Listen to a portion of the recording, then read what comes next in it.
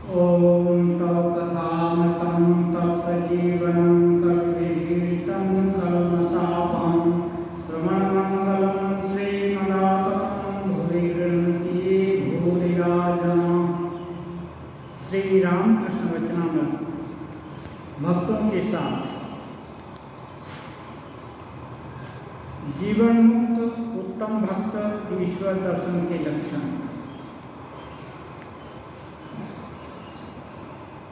श्री रामकृष्ण, यह बोध यदि रहे तो फिर जीवन मुक्त है। कथा प्रसंग हो रहा था, वेद पुराण तंत्र सबका प्रतिपाद्य विषय वही एक सच्चिदानंद ब्रह्म है। वेदों में सच्चिदानंद ब्रह्म, पुराणों में सच्चिदानंद कृष्ण, तंत्रों में सच्चिदानंद शिव कहा गया है। सच्चिदानंद ब्रह्म, सच्चिदानंद कृष्ण, सच्चिदानंद शिव सब एक ही है। ये अन्य नहीं है। अपने रुचि के अनुसार, भाषा के अनुसार सब लोग नाम दे दिए हैं। कोई सच्चिदानंद कृष्ण करता है, कोई सच्चिदानंद शिव करता है, कोई सच्चिदानंद ब्रह्म करता है। सभी चुप है। वैष्णव भक्त पूछे थे, महाराज ईश्वर का चिंतन भला क्यों करें? इसके उत्तर में श्री रामकृष्ण देव कह रहे थे, यह बोध यदि रहे तो फिर वह जीवन मुक्त ही है। ईश्वर का चिंतन क्यों करें जबकि सभी सच्चिदानंद ब्रह्म है, सभी सच्चिदानंद शिव है, और ईश्वर का चिंतन करने का क्या? बात भी ठीक है, लेकिन यह ठीक बोध नहीं होता है, इसलिए चिंतन करने का जरूरत होता है। एक प्रकांड और ये जो है अद्वैत वेदांती महात्मा रहते थे उत्तर काशी में। एक अन्य महात्मा उनका प्रसंग बताते हुए कहते हैं कि उनको पूछा गया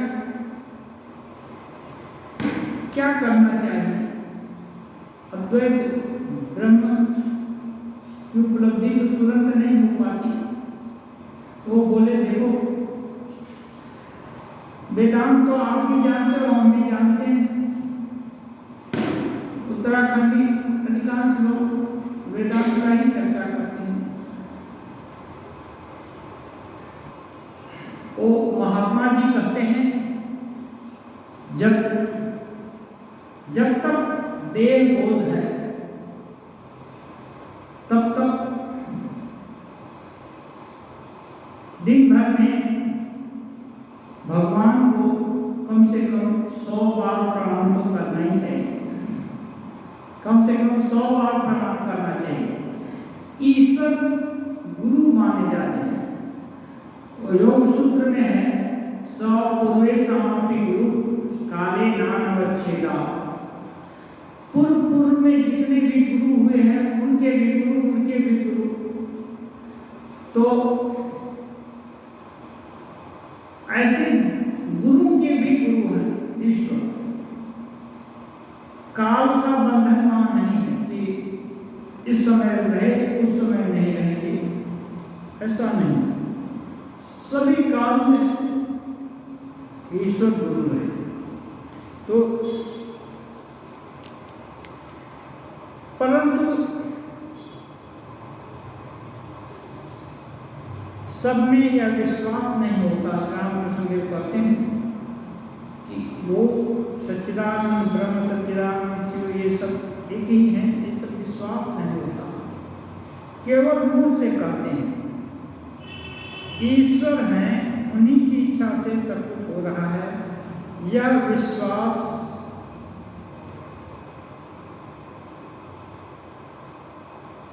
लोग सुन भर लेते हैं।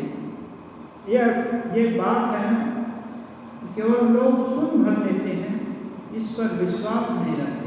सुन लिया, जरूरत होने से बोल भी दिए, उदाहरण भी दे दिए, लेकिन बोध नहीं होता। अब बोध नहीं हो तो कितना बोलने से कुछ नहीं होता।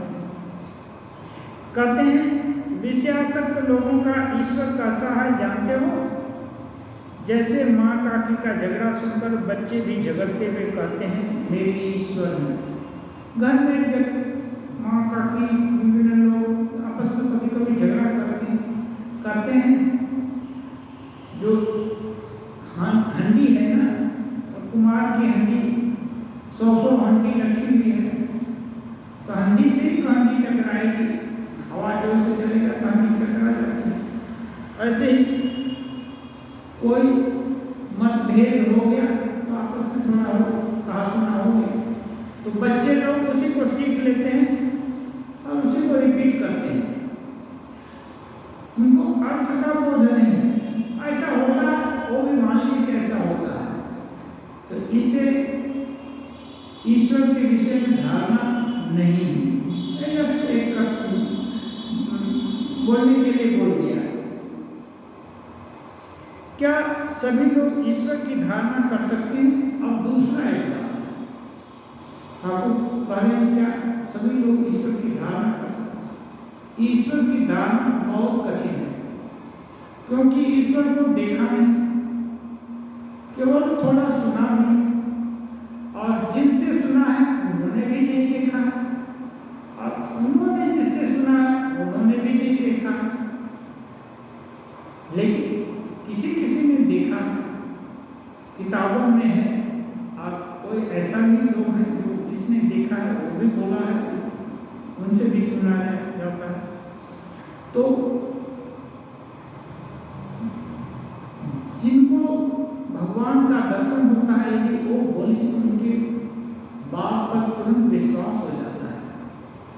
और नहीं, दूसरा व्यक्ति जो दिल दिमाग मन बुद्धि प्राण सबसे भगवान को अपना मान लिया है और किसी तरफ निष्ठा नहीं है, उसकी अनन्य हो गया है, ऐसे लोग बोले तो उसका भी प्रभाव पड़ता है।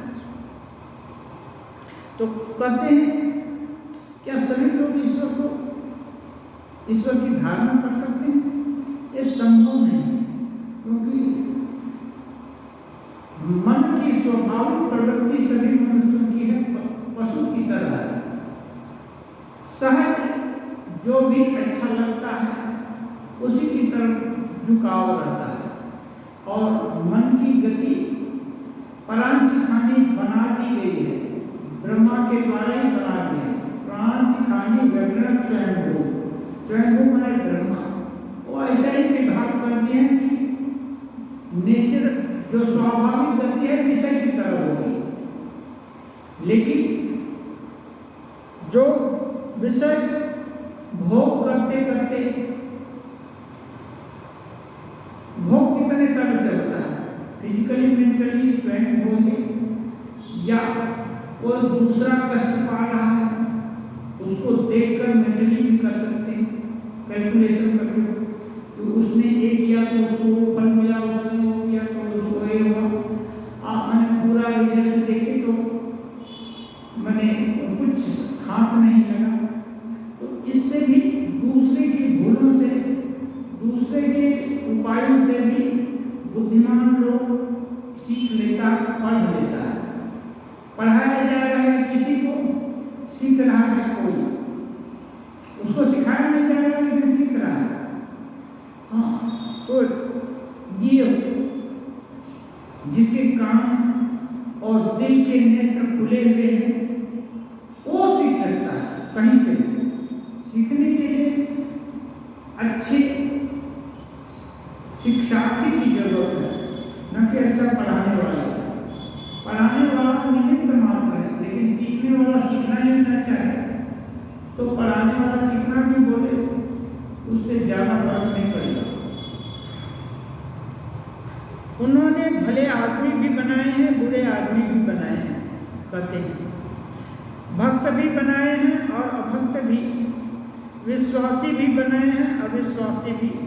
उनकी लीला में सर्वत्र विविधता है, हर तरह के सैंपल बना रखे हैं। क्यों बनाए? यही तो लीला है, जिस अंधकार के तुलना में ही प्रकाश तत्व है। एक आदमी कम बुद्धिमान है तो दूसरा थोड़ा उससे ज्यादा बुद्धिमान है, उसकी बुद्धि में विलक्षणता है। ऐसे ही सब बनाकर रखे हैं। उनकी शक्ति कहीं अधिक प्रकाशित है तो कहीं कम।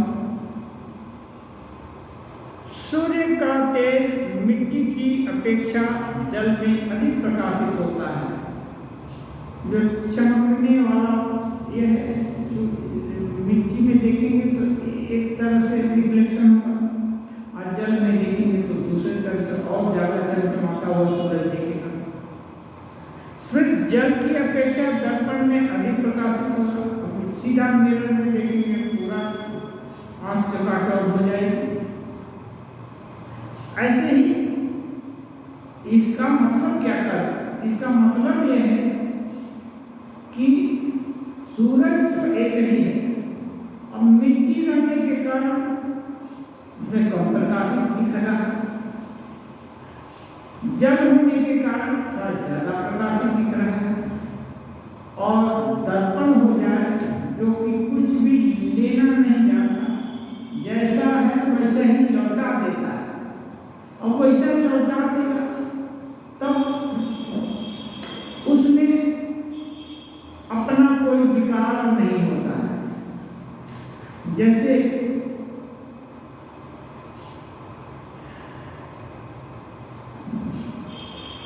निर्लिप्त कवि एक चीज को बोलते हैं, आत्मज्ञानी हो जाते हैं, तो सभी उनके साथ व्यवहार तो करते हैं, लेकिन वो हर व्यवहार से असंग रहते हैं।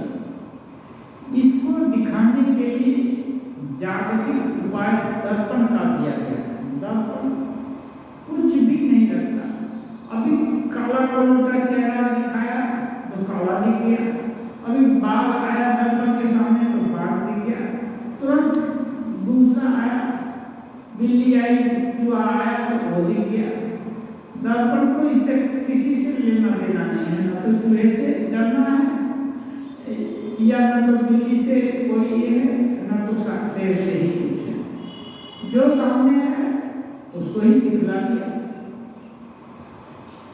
तो ऐसी अवस्था हम जो कि आसक्त हैं विभिन्न चीजों में, हम विभिन्न बाउंड्री में बंधे हुए हैं।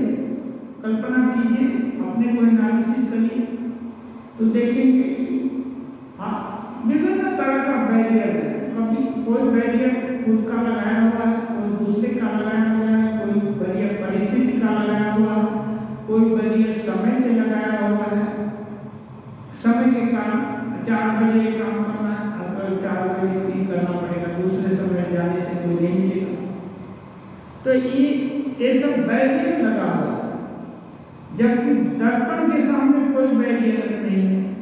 कोई आए तो दिख जाएगा, नहीं आए तो नहीं दिखेगा, क्या है। ऐसे ही मुक्त पुरुष जो हो जाते हैं उनके यहाँ कोई बैरियर नहीं होता, बैरियर से पार हो जाते हैं। उनका चित्त बैरियर की सीमा से दूर हो जाता है।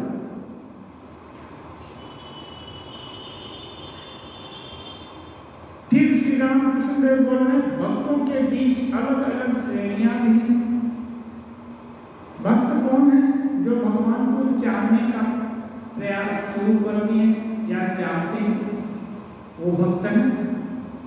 और लेकिन वो भी कई तरह के होते हैं, जैसे प्राइमरी का बच्चा, मिडिल स्कूल का बच्चा, हाई स्कूल का बच्चा, इंटरमीडिएट में पढ़ने वाला बच्चा, हायर सेकेंडरी का बच्चा, MA BA में पढ़ने वाला बच्चा, उससे आगे पोस्ट ग्रेजुएट का बच्चा, सब तो बच्चे ही हैं, स्टूडेंट ही हैं, छात्र ही हैं, लेकिन बहुत अंतर है। ऐसे ही भक्त भी हैं, उत्तम भक्त, मध्यम भक्त, अधम भक्त। गीता में ये सब बात कही गई है, एनालिसिस की गई। एनालिसिस करने का मतलब क्या है कि हम देख सकते हैं कि हम किस श्रेणी में हैं। किसी दूसरे के कोई दूसरा बताए कि अच्छा देखो ऐसे तुम ऐसे इस प्रकार के हो,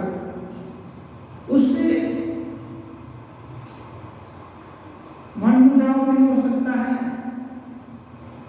और शास्त्रों को पढ़कर, शास्त्र को सुनकर उसमें जो गुण दोष की विवेचना की गई, खुद हम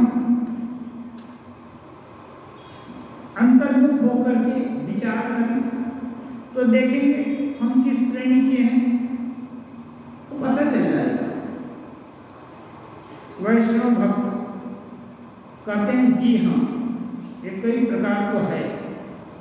श्री रामकृष्ण कहते हैं, अधम भक्त कहता है ईश्वर बहुत दूर आकाश में है। मध्यम भक्त कहता है ईश्वर सर्वभूतों में चेतना के रूप में विद्यमान है। उत्तम भक्त कहता है ईश्वर स्वयं ही सब कुछ हुए हैं। ईश्वर स्वयं ही सब कुछ हुए हैं। जब सब कुछ हुए हैं, यदि जिसको मालूम हो जाए वो उसके द्वारा कोई खराब काम किसी का अहित नहीं किया जा सकता। जब तलवार लोहे की पारसमणि छूने से सोना हो गई, अब उससे हिंसा का काम नहीं किया जा सकता, क्योंकि सोना नरम होता है। अब वो उतना कड़ा नहीं कर गया, और सोना बहुत कीमती भी है। लोहा से जहाँ काम चल जाता है, वो सोना उससे कौन काटने जाएगा, मारपीट करने जाएगा, और इतना तगड़ा भी नहीं। इसलिए हर का अपना अपना स्थान है। तो ऐसे ही जो भक्त सब जगह ईश्वर को देखता है, सब में देखता है, उसको और आसक्ति अनासक्त ये जो क्या है, फार अगेंस्ट, ये नहीं रहता। न तो विद्वेष है, न तो आसक्ति है। जो भी कुछ दिख पड़ता है वह उन्हीं का एक एक रूप है। जो अच्छा भक्त है वो जानता है जो कुछ भी दिख रहा है, या जहाँ तक अपनी कल्पना जा रही है या जा सकती है, सब उनकी ही सीमा है, उनके ही विभिन्न तरह के अभिव्यक्ति है। जैसे एक बच्चा विभिन्न तरह का खेल खेलता है, चीजें विभिन्न तरह से बनाता है, अपनी मर्जी से नष्ट भी करता है, ऐसे ही ईश्वर है, अनंत भाव में है। वो हर तरह के अच्छे बुरे सब भाव बना दिए और उससे खेल रहे हैं। वे ही माया जीव जगत आदि बने हैं, उनके सिवा दूसरा कुछ भी नहीं है। फिर एक क्यों झंझट कर रहे हैं? जब वही बने हैं तो इतना संसार में दुख सुख क्यों? ये सुख हम लोग के स्टैंड पॉइंट से है, ईश्वर के स्टैंड पॉइंट से नहीं है। अभी किसी घोड़े को बनाया, लड़का मिट्टी का घोड़ा बनाया, अब उसको तोड़े, अब घोड़ा बोलेगा कि अरे आपको क्यों तोड़ रहे? तो घोड़ा जानता है कि तोड़ रहा है, लड़का तो बनाया अपनी इच्छा से, बनाया अपनी इच्छा से, उसको बिगाड़ रहा है और उसका हाथी बनाएगा। तो कभी हाथी भी टमटम की माफिक चलाया, फिर उसके बाद सोचेगा नहीं इससे बंदर बनाएगा, अब उसकी रुचि है। तो क्योंकि वो स्वाधीन है मिट्टी के तुलना में, तो मिट्टी का उस पर प्रभाव नहीं है, जो चाहे वो मिट्टी से बनाए। ऐसे ही जीव जगत एक दो है, ईश्वर के अंदर है, ईश्वर से बाहर नहीं, स्वतंत्र नहीं है। फिर ईश्वर इनका जो है जैसे भी उपयोग करे, इनको कुछ नहीं होता। तब फिर तो ईश्वर की तरफ से हुआ, अब जीव की तरफ से क्या हुआ? हम लोग तो देखते हैं हमको दुख होता है, कष्ट होता है,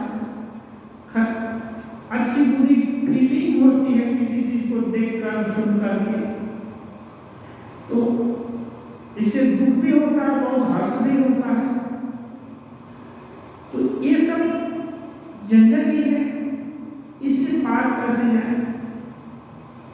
तो एक ये है, कबीरदास जी बोलते हैं, दो चक्की के बीच में एक दोहा लिखे, एक लाइन लिखे कि जो दो चक्की के बीच में पड़ गया और कोई नहीं बचा। ऐसा वो दोहा लिखते थे, उनका अनुभव ऐसे करके लिखते थे।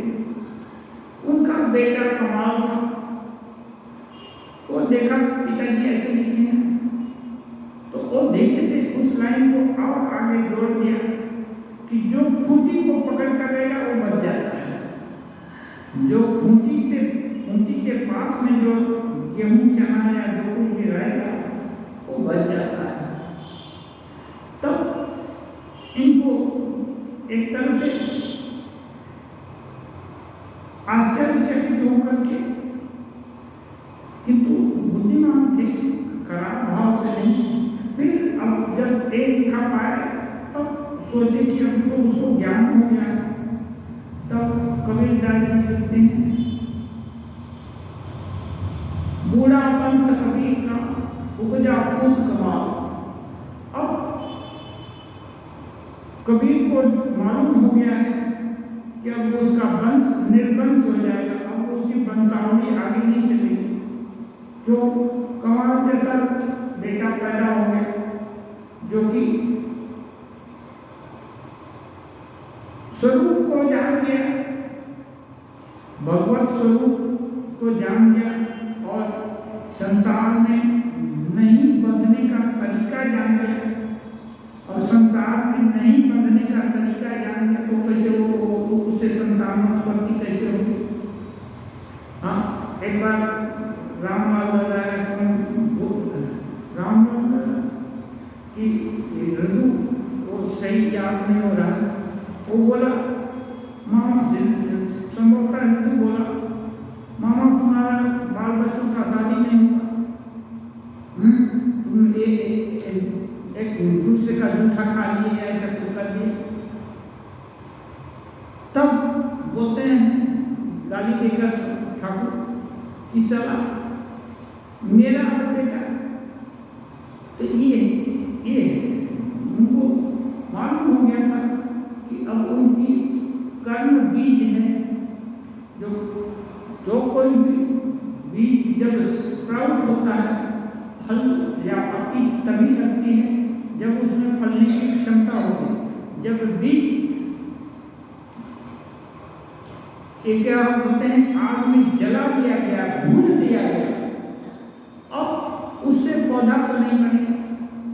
ऐसे ही जब संसार के जन्म मरण के चक्र से चलते चलते वैराग्य हो जाता है और वैराग्य के फलस्वरूप भगवत चिंतन या उन उपायों का अवलंबन करता है जो महापुरुष लोग दिखाए हैं और गुरु के शरण में जाता है मुक्ति की कामना से कि जिससे जन्म मरण से छुटकारा पाए। तो जब उसके कर्म बीज क्षय हो जाता है तब और उसका संसार खत्म हो जाता है, वहीं पर द इन एंड हो जाता है संसार का। लेकिन वो जीव अब शिव हो जाता है, जीव का विनाश नहीं होता।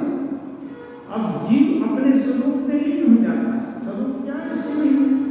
अब समुद्र का पानी घूमते घामते वर्षा के जल बंद करके जहाँ तहाँ गिरा, भटकते भटकते भटकते भटकते अब गिरा हिमालय पर, वहाँ से चल दिया नदी में, गंगा या किसी नदी में होकर चल दिया, फिर धूप लगी फिर चला गया आकाश में, फिर कहीं जमीन पर गिरा, फिर धूप लगी फिर चला गया आकाश में। ऐसे टहलते टहलते टहलते टहलते कभी जाकर फिर गंगा सागर में या समुद्र में जाकर गिर पड़ता है। अब अपने जगह पर आ गया। अब जब समुद्र में आ जाए कोई पानी तो अपनी इच्छा से कहीं इधर उधर नहीं जाता है। न सोचती न कांक्षती, वो कुछ चाहता भी नहीं न सोचता भी है।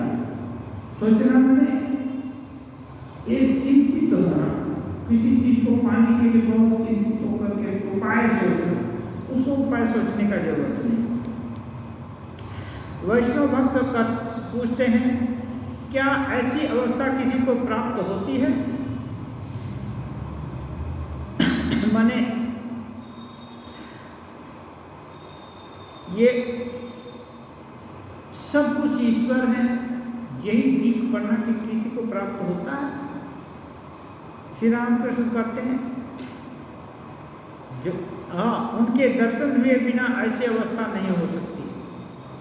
सब कुछ ईश्वर हुए हैं, ठाकुर बोलते हैं उनके दर्शन हुए बिना नहीं हो सकती। इसका मतलब जिसको दर्शन हुआ है उनकी ये अवस्था होती है, परंतु दर्शन हुए हैं या नहीं इसके लक्षण हैं। अपने आप कोई सोचे दर्शन हुआ है तो नहीं होता है, इसके लक्षण हैं। दर्शन होने पर मनुष्य कभी उन्मत्तवत हो जाता है। अब जो साधक हैं वो सिद्ध पुरुष जो है या कहलाता है, उसको परख भी सकता है अपनी तलाश से। क्या है, कभी कभी वो उन्मत्तवत हो जाता है भगवत चिंतन या स्वरूप चिंतन से, वो पागल के जैसा दिखता है। उन्मत्त बने अपने भाव में भी वो रहे तो लोग जानते हैं एक पगला है। और उस समय हंसता भी है, रोता भी है, नाचता भी है, गाता भी है। कभी हंसता है, कभी रोने भी लगता है, कभी गाता है। किस कारण रोता है मालूम है, क्योंकि स्वरूप तो आनंदमय है, अभी वहाँ रोना क्यों है। लेकिन ठाकुर बोलते हैं हंसता है, रोता है, नाचता भी है।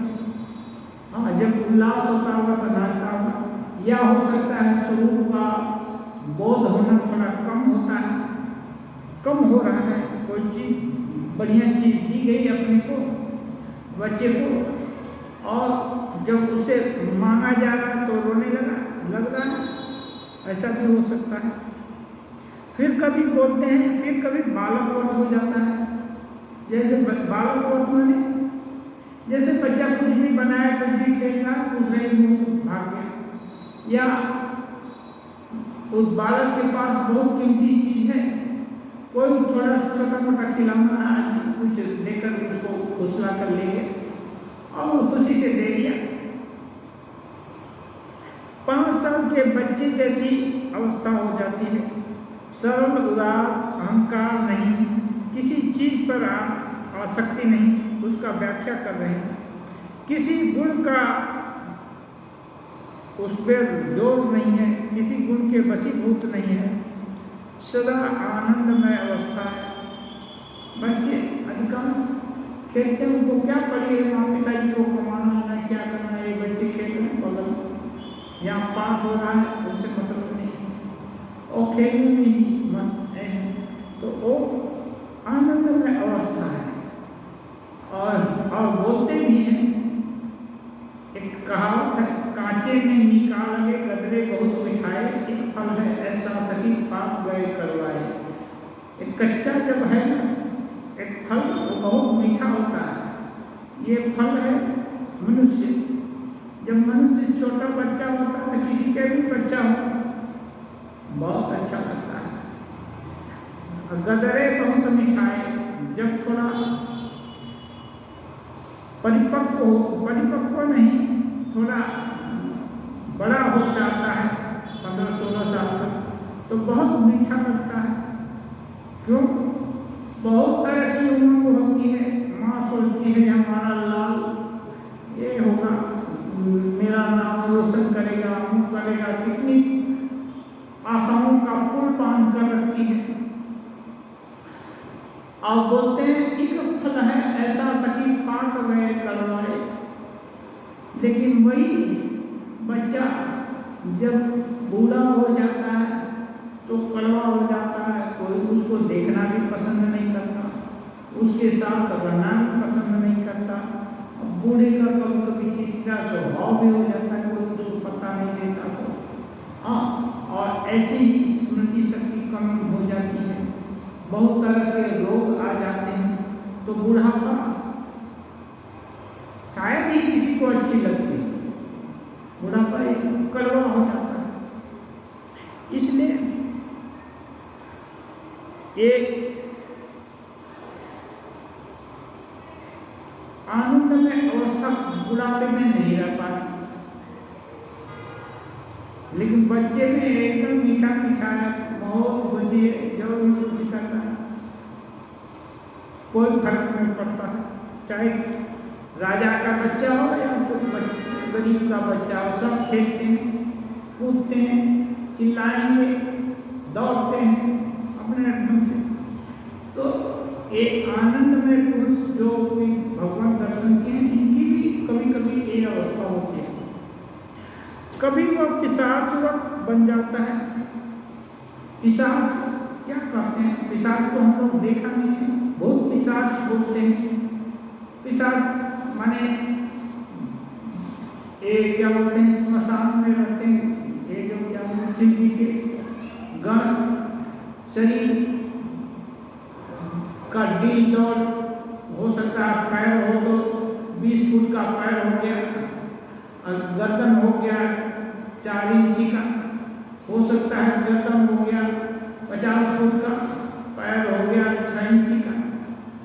और कुछ नहीं, जब मर्जी तो रूप भी बदल दिए, भी कर दिए, तो पिशाच बन जाता है। सूची असूची का भेद नहीं। पिशाच जो होगा उसको ये नहीं।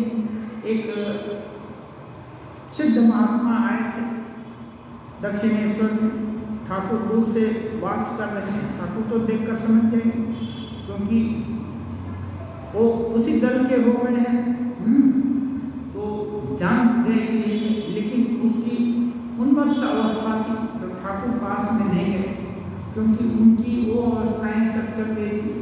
अब एक से दूसरे में अवस्था का संचार नहीं होता है। एक वीणा को बजाएंगे और दूसरी पास में वीणा रखी होगी तो उसके भी ताल में थोड़ा न थोड़ा झंकार हो जाता है, इसलिए ठाकुर पास में नहीं जाते क्योंकि वो सब अवस्थाओं से ठाकुर पार हो चुके हैं। तो देखा वो साधु एकदम पिशाच ऐसे गंदा, कोई एक शरीर में गंदगी लगी हुई है, ये ऐसा एकदम ये है। और वो आप आए, खाना चाहिए, पंगत लगी हुई थी, कोई पंगत में बैठने नहीं गया, तो कुत्ते खा रहे थे, कुत्तों का कान पकड़ करके थोड़ा कान पकड़ कर हटाया तो कुत्ते मान गए, लेकिन आदमी लोग उसका बात नहीं माने क्योंकि भगवान सबके अंदर है, कुत्तों के अंदर भी उनकी इच्छा हुई कुत्तों को मनाने का तो कुत्ते मान गए, लेकिन आदमी को वो मनाना नहीं चाहते, अपना स्वरूप नहीं बदलाना चाहते, नहीं तो आदमी लोग परेशान करेंगे, इसलिए आदमी बैठने नहीं दिए तो अपना कोई प्रभाव नहीं दिखाए, हट गए।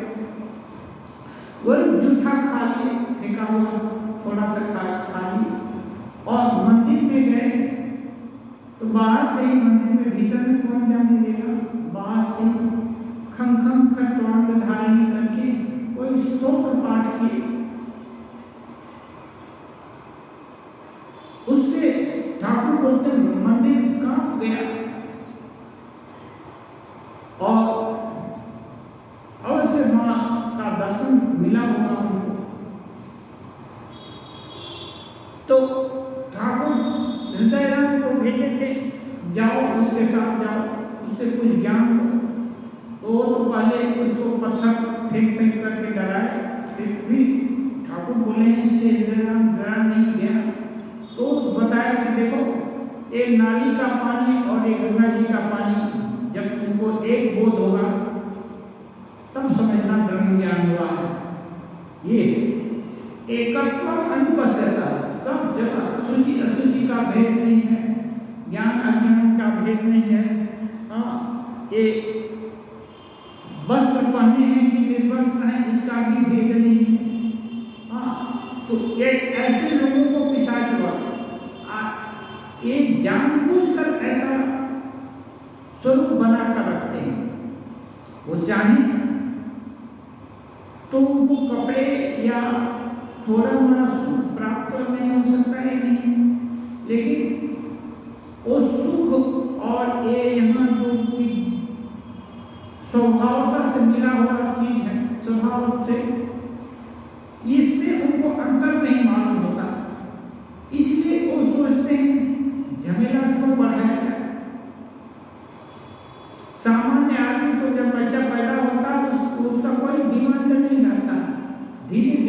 डिमांड का पहाड़ बन जाता है, डिमांड ज़्यादा हो जाता है। जब डिमांड ज़्यादा हो जाता है तो मन चीज़ों में भटकने लगता है, उसका विकेंद्रीकरण हो जाता है। जब कुछ नहीं है किसी और कुछ नहीं चाहिए तो मन एकदम स्वरूप में संकेंद्रित हो जाता है, और जिसका मन ईश्वर में केंद्रित हो गया भला और छोटी मोटी चीज़ों का चाहत क्यों रखे। इसलिए ऐसे लोग नहीं चाहते, बढ़ाना नहीं चाहते। एक शेर है, चाह गई चिंता गई मनवा बेपरवाह, जिसको कुछ नहीं चाहिए सोई शहंशाह। अब ऐसे महापुरुष लोग कुछ नहीं चाहते तो क्या होगा? जो कुछ नहीं चाहता भगवान के साथ रहता है, क्योंकि स्वरूप को जान लिया, उसको भूल नहीं पाता है। इससे सुविधा होती है, शुचि अशुचि का भेद नहीं रहता, आचार अनाचार सब एक हो जाता है। आचार अनाचार सब एक हो जाता है, इसका मतलब क्या है? वो देख रहे हैं कि कोई ऐसे लोगों को बच्चे पत्थर फेंकते, नंग धर्म में जा रहा है, हाँ ऐसा पगला, तो कुछ छोटे मोटे बच्चे खुराफाती जाकर पत्थर भी फेंकते हैं, कभी मार भी देते हैं, लग भी जाता है तो खून बहता है, वो उसका कोई दुख नहीं मानते, उससे भी हंसते हैं कि माँ माया का लीला है, इसमें उनको कोई दुख नहीं होता, इसलिए उसको अनाचार नहीं लेते, अनाचार हिसाब से नहीं लेते। लेकिन यदि ऐसे महापुरुष किसी के अभद्र आचरण को अनाचार ग्रहण कर ले तो उसको भयंकर पाप होगा या भयंकर शास्ति होगी, लेकिन ये पूर्ण क्षमा कर देते हैं, ये है। लेकिन ऐसे महापुरुष लोग खुद अनाचार नहीं कर सकते, क्योंकि श्री रामकृष्ण ने कहे माँ बेताले पाप करते दें ना, वो माँ है ना, माँ माने ब्रह्म शक्ति जो भी बोली भगवान, वो ऐसे लोग से भूल नहीं हो सकता। क्यों? योग क्षेम वहाँ में उसका सब कुछ भगवान उसके आगे पीछे सब समय है। तब फिर यदि भगवान है तो उसको खाने के पंगत से हटा दिया गया, ये सब छोटा मोटा चीज है, वो जाकर कुत्ते खा रहे थे वहाँ खा लिए, इसमें कुछ नहीं, वो लोग तो तृप्त है, चाहे बैठकर खाना नहीं खाने दिए, कुत्ते खा रहे थे वही खा लिए। तो ये इसके लिए उनको अपमान बोध नहीं होता कि हमको खाने नहीं दिया, उनको कुत्तों के साथ खाना पड़ा, आदमी के साथ खाना या कुत्ते के साथ खाना उनको समान बोध है। अब सोचिए कि कितनी बड़ी अवस्था होगी, थोड़ा सा आदमी कुछ कर दे तो बहुत देर में लग जाता है, और अपना आदमी कुछ उल्टा से बोल दे तो हो सकता है महीनों नाराजगी उसके साथ रहेगी। लेकिन यहाँ निर्विकार, यहाँ कुछ नहीं होता है, ये कितनी ऊंची अवस्था होगी, इसकी कल्पना हम लोग कर सकते हैं। फिर श्री रामकृष्ण बोलते हैं फिर कभी वह जड़वत हो जाता है, जड़वत मैंने पत्थर के जैसा, कुछ समझ नहीं है ऐसा, मानो कुछ देखकर स्तब्ध हो गया हो, अच्छा भी नहीं बुरा भी नहीं है, ऐसे मानो कुछ।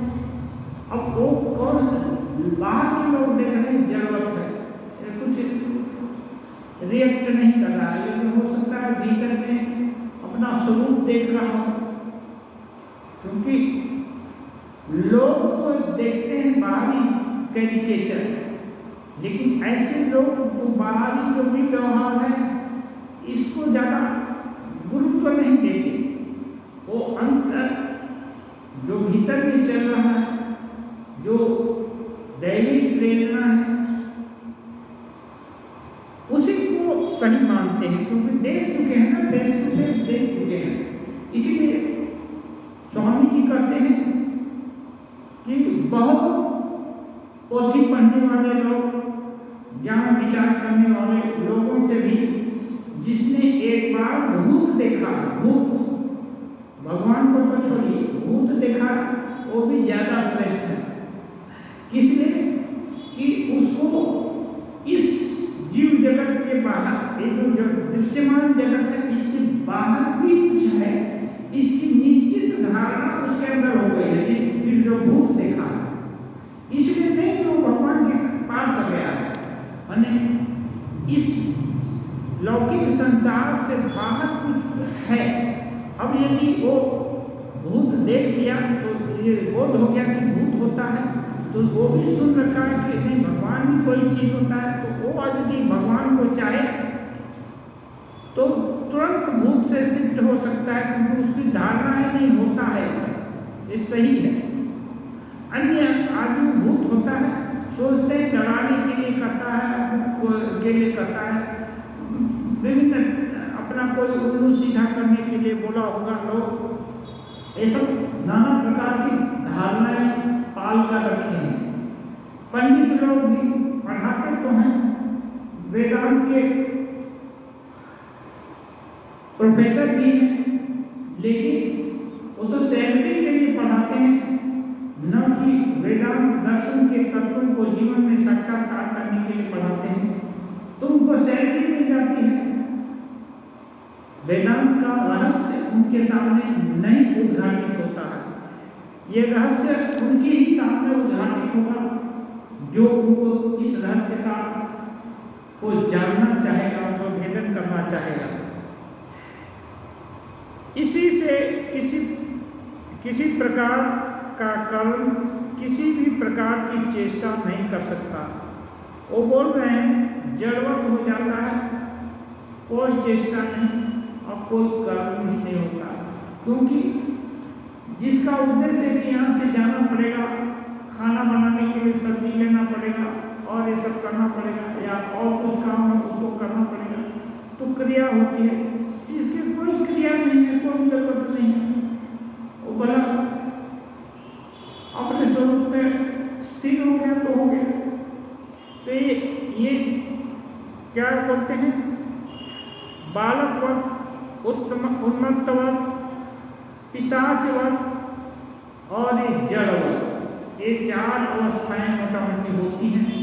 ये यदि इनमें बनावट नहीं है, चार अवस्थाएं बोल दी, एक ही होती है तो हो सकता है कि नहीं कुछ दूसरा चीज हो सकता है उसमें बनावट हो। ये चारों अवस्थाएं होती है विभिन्न समय, ऐसा नहीं कि लोग देख रहे हैं तभी ये अवस्था होगी, अन्य समय कोई नहीं देख रहा है तब भी हो रही है। तो इसको जो वाच करके जो कुछ धारणा कर सकता है कि नहीं यहाँ कुछ विशेष तो है, लेकिन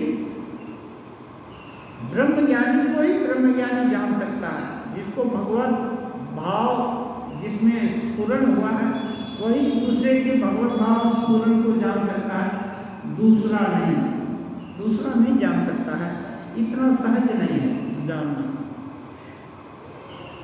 मास्टर महाशय स्वगत सोच रहे हैं, क्या श्री रामकृष्ण स्वयं की ही अवस्थाओं की ओर संकेत कर रहे हैं? क्योंकि ये अवस्थाएं भक्त लोग श्री रामकृष्ण के अंदर बीच में देखते थे। कभी कभी बच्चे के जैसा है, कपड़ा बगल में ही लेकर के चलती बांध देखने के लिए, वो ये नहीं है। कभी कभी उन्मत्तवत नाचते हैं, नाचने के समय इतनी शक्ति हो जाती है कि पता ही नहीं चलता कि ये बीमार भी होंगे या बूढ़े हो गए या कम ज़्यादा उम्र है। विक्रम केसरी पुथिकार कहते हैं, केसरी जो है भीत हो जाता है विक्रम किया एक तो कभी तो भूल बच्चे वो लिखते हैं कि वो विक्रम देख करके केसरी सिंह भी मानो डर जाता है कि ये कौन सा चीज आ गया, इतना उद्दाम नृत्य होता है। और कभी कभी जड़वत पाषाणवत हो जाते हैं, कुछ नहीं, चेत नहीं, गिर गए कि पड़ गए कि क्या होगा, होश नहीं होता है। बच्चे के समान भी होते हैं। कभी कभी जिलेबी बच्चा आया, कोई जिलेबी दिया तो उसको छुपा रहे हैं हाथ से, जैसे बच्चा ना देखे, नहीं तो वो मांगेगा, छीना झपटी होगी। ये सब भक्त लोग देखे थे। श्री रामकृष्ण वैष्णव भक्त से कहते हैं, तुम और तुम्हारा यह ज्ञान है और मैं और मेरा यह अज्ञान है। हे ईश्वर, तुम करता हो, मैं अकर्ता, यही ज्ञान है। हे ईश्वर, सब कुछ तुम्हारा है, देह, मन, घर, परिवार, जीव जगत, यह सब तुम्हारा ही है, मेरा कुछ नहीं, इसी का नाम ज्ञान है। देखिए, प्रैक्टिकल शिक्षा दे रहे हैं। ये नहीं बोल रहे घर परिवार में आग लगा दो, खत्म कर दो या कुछ कर दो। ये बोल रहे हैं कि देह, मन, घर, परिवार, जीव जगत, जो भी जिससे भी तुम्हारा संबंध हो रहा है, यह सब कुछ तुम्हारा है, ईश्वर का है। ऐसा सोचे, मेरा कुछ भी नहीं है, इसी का नाम ज्ञान है। जो कुछ भी अच्छा वैभव मिला है, उसको भगवान का दिया हुआ प्रसाद समझना है। प्रसाद तो इच्छा करके दिए, चाहे तो इच्छा करके ले लेंगे तो भी कोई बात नहीं, दे दिए हैं तो भी उसका ठीक ठीक जितना हो सकता है रख रखाव उसका उपयोग किया जाएगा। तो ईश्वर का है, ये जान करके खा रहे हैं, ईश्वर का प्रसाद खा रहे हैं, पहन रहे हैं तो ईश्वर का प्रसाद पहन रहे हैं। जो कुछ भी फेवर मिल रहा है वो ईश्वर की तरफ से आ रहा है। कहीं दुख मिल गया तो ये भी ईश्वर सावधान करने के लिए दुख दे दिए, ऐसा सब बोध हुआ दिन प्रतिदिन। तो धीरे धीरे जो साधक है ईश्वरमय हो जाएगा। और श्री रामकृष्ण देव कहते हैं, जो अज्ञानी है वही कहता है कि ईश्वर वहाँ, माने बहुत दूर। जो ज्ञानी है वह जानता है ईश्वर यहाँ अत्यंत निकट, यहाँ हृदय की गुहा में, हृदय के बीच अंतर्यामी के रूप में विराजमान है। फिर उन्होंने स्वयं भिन्न भिन्न रूप भी धारण किया है। ईश्वर अंतर्यामी के रूप में हृदय में विराजमान है। तो ये तो ठाकुर अपने लिए बोल दिए, स्वयं साधक जानेगा, लेकिन और सभी रूपों में वही विराजमान है। तो इसका मतलब सेल्फ सेंट्रिक नहीं हो सकता है, जब इसी का हित हो और दूसरे का हित न हो, ऐसा नहीं हो सकता है। तो ये क्या है, इसका एक विस्तारीकरण हो। जब यहाँ हो जाता है, सभी में ईश्वर का चिंतन शुरू हो जाता है, तभी ठीक ठीक भक्त हुआ। आदमी केवल मंदिर में है तो वो प्रारंभिक कक्षा में